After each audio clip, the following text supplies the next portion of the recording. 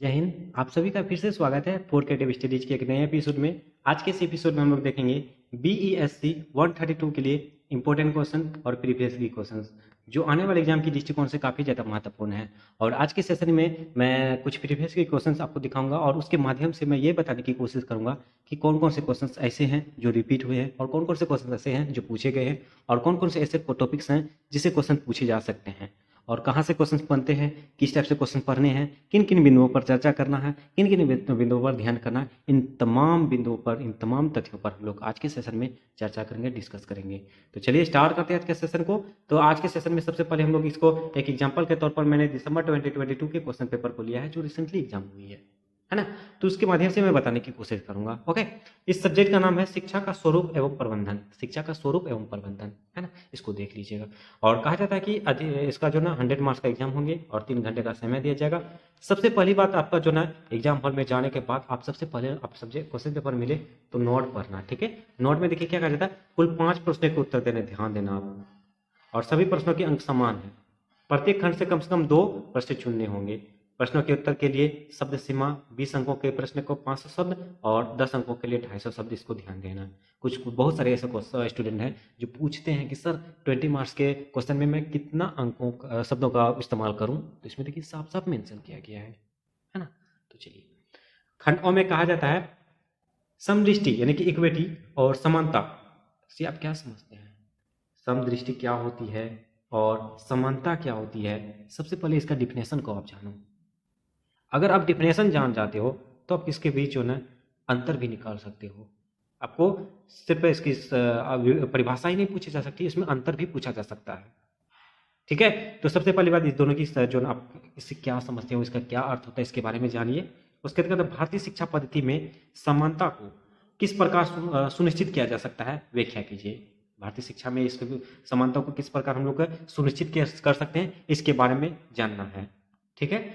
और कहा था शिक्षा का सार्वजनिक निजी भागीदारी मॉडल क्या है। शिक्षा का सार्वजनिक निजी भागीदारी मॉडल क्या है और भारत में शिक्षा के सार्वजनिक निजी भागीदारी के विविध मॉडलों की परीक्षण कीजिए, चर्चा कीजिए, ठीक है।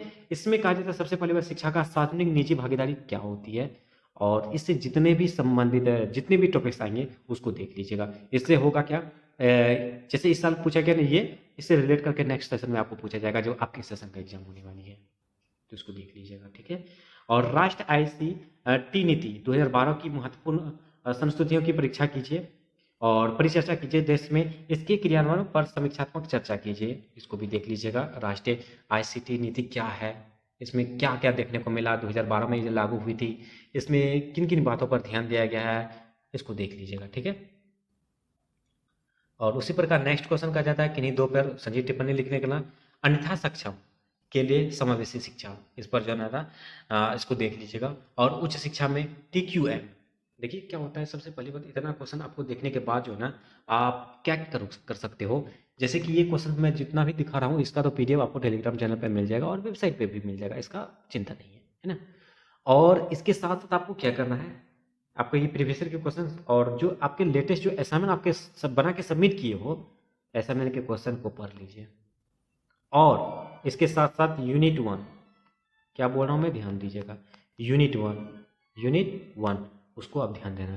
प्रीवियस ईयर क्वेश्चन, असाइनमेंट के क्वेश्चन और यूनिट 1 होता क्या है, आपका बेस उसमें दिया जाता है, उसमें आपको बहुत कुछ हिंट्स मिल जाएगा, ठीक है। उसको जरूर देख लीजिएगा, मेरे लिए आप यूनिट 1 कम से कम पढ़ लीजिएगा। अगर बुक आपके पास नहीं है, गूगल सर्च कीजिए, गूगल में आपको PDF मिल जाएगा, लेकिन वो भी अवेलेबल करा रखा है। हूबहू आपके स्टडी मटेरियल तक के PDF मिल जाएंगे सब सब्जेक्ट के, आप कीजिए, ठीक है। ई पोर्टफोलियो के प्रकार, ई पोर्टफोलियो क्या है, इसके प्रकार बताना है। अब ई पोर्टफोलियो के डिफिनेशन भी पूछे जा सकते हैं आपको, अगर इस पे प्रकार पूछा गया है तो उसमें डिफिनेशन पूछ सकता है, इसको देख लीजिएगा। और लेखाकरण के लिए ICT क्या है, इसके बारे में देखना है।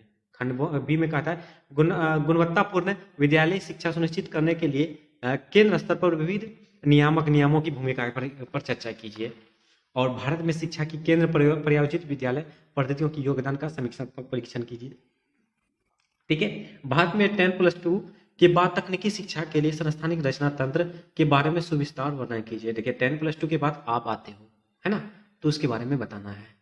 उसके बाद 2 बार सबसे टिप्पणी लिखने ना, भारत में उच्च शिक्षा संस्थाओं के प्रकार क्या है, कितने प्रकार हैं। सबसे पहली बात देखिए, भारत में उच्च शिक्षा क्या होती है, इसमें क्या क्या प्रकार हैं, किन किन बिंदुओं पर ध्यान देना है, इन तमाम चीज़ों को ध्यान दीजिएगा, ठीक है।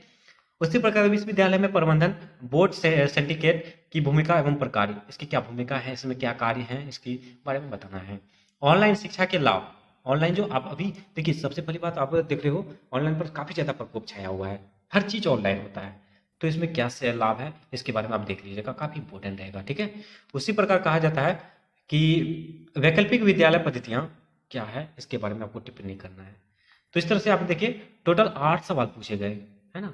8 में से किन्हीं 5 के उत्तर देने हैं, आप अपनी इच्छानुसार, अपने सुविधानुसार इसको देख लेना है, ठीक है। तो इस तरह से दिसंबर 2022 में इस तरह से क्वेश्चन पूछे गए थे, और मैं एक और सेशन का ला दूं ताकि आप सबों को समझ में आ सके। देखिए, ये क्वेश्चन आपके जून 2022 में जो एग्जाम हुई थी उसके क्वेश्चन पेपर है, सेम वही है। शिक्षा का स्वरूप एवं प्रबंधन, 100 अंकों के 3 घंटे का और 5 प्रश्न के उत्तर देने हैं, प्रश्नों के उत्तर का अंक निर्धारित किया गया है, सब कुछ वही है, ठीक है। तो पहला सवाल इसमें कहा गया था, भारत में शिक्षा को मौलिक अधिकार कब बनाया गया था। देखिए, भारत की शिक्षा पर पहली बार तो संस्थान क्या है, इसके मौलिक अधिकार कब प्राप्त हो गया, शिक्षा के स्तर क्या है, ऑनलाइन शिक्षा क्या है, ये सब क्वेश्चन पूछे गए हैं, तो इसका देख लीजिएगा। इसमें प्रदत्त विविध संवैधानिक प्रावधानों का वर्णन कीजिए। इससे पहले क्या होता है, संवैधानिक शिक्षा और शिक्षा पे आपको अंतर बताने के लिए कहा था, संबंध बताने के लिए कहा गया था। इसमें भी पूछा गया ना संवैधानिक प्रावधान, है ना, तो रिलेट करके क्वेश्चन पूछे जाते हैं। और कार्यक्रम योजना 1992 और की आवश्यकता क्यों पड़ी, कार्यक्रम योजना 1992 में जो लागू किया है तो उसको आवश्यकता क्यों पड़ी थी, उसके बारे में देख लीजिएगा। और भारत में प्रारंभिक शिक्षा के सार्वभौमिक और सुनिश्चित करने के राज्य स्तर पर नियामक नियमों की भूमिका की परिचर्चा की। देखिए, इससे पहले वाले सेशन में पहले वाले पीडीएफ में मैंने दिखा था क्या, वो उच्च स्तरीय है और ये प्रारंभिक शिक्षा। देखो, क्वेश्चन पूछे जा रहे हैं, रिलेट है। अब तक मैंने 3 क्वेश्चन बताया, तीनों के तीनों रिलेट क्वेश्चन पूछे हैं, है ना, रिपीट है। और इस पे भी फिर 2 प्रकार, राष्ट्रीय कौशल योजना ढांचा, यानी कि आपका स्किल डेवलपमेंट में क्या होती है, इसको देखना है, क्या उद्देश्य है। और समेकित बाल विकास सेवाओं की मुख्य विशेषताएं, समग्र शिक्षा की अवधारणा, त्रिभाषा पर फॉर्मूला, और भारत में चिकित्सा शिक्षा के महत्व की व्याख्या कीजिए, राष्ट्रीय चिकित्सा आयोग की भूमिका और उत्तरदायित्व की चर्चा कीजिए, और भारत में उच्च शिक्षा में निजीकरण जो प्रभावित करने वाले कारक कौन से हैं, शिक्षा के निजीकरण से संबंधित कुछ सरकारों की चर्चा कीजिए। और ऑनलाइन शिक्षा पर फोकस करना क्यों महत्वपूर्ण है, देखिए रिपीट है कि नहीं है ना, मैंने क्या बोला था आपको, बोला था ना, ठीक है। और भारत में ऑनलाइन शिक्षा के लिए विविध नियामक प्रावधानों की परिचर्चा कीजिए। और फिर शिक्षा के मध्य कार्य निर्धारण के आईसीटी उपकरण पहले भी पूछा गया था, इस बार भी पूछा गया। और संस्थानिक उत्तरदायित्व के प्रकार, शिक्षा के लिए वैश्वीकरण के लाभ, और वृहत मुक्त ऑनलाइन पाठ्यक्रम। तो टोटल इसमें भी 8 सवाल पूछे गए थे और 8 में से किन्हीं 5 प्रश्न के उत्तर देने हैं। और उम्मीद करता हूँ कि मैं जो बताने की कोशिश कर रहा था इस सेशन में आप समझ चुके होंगे, और ये सेशन आप सबों के लिए काफ़ी ज़्यादा सहायतापूर्ण साबित हुई होगी।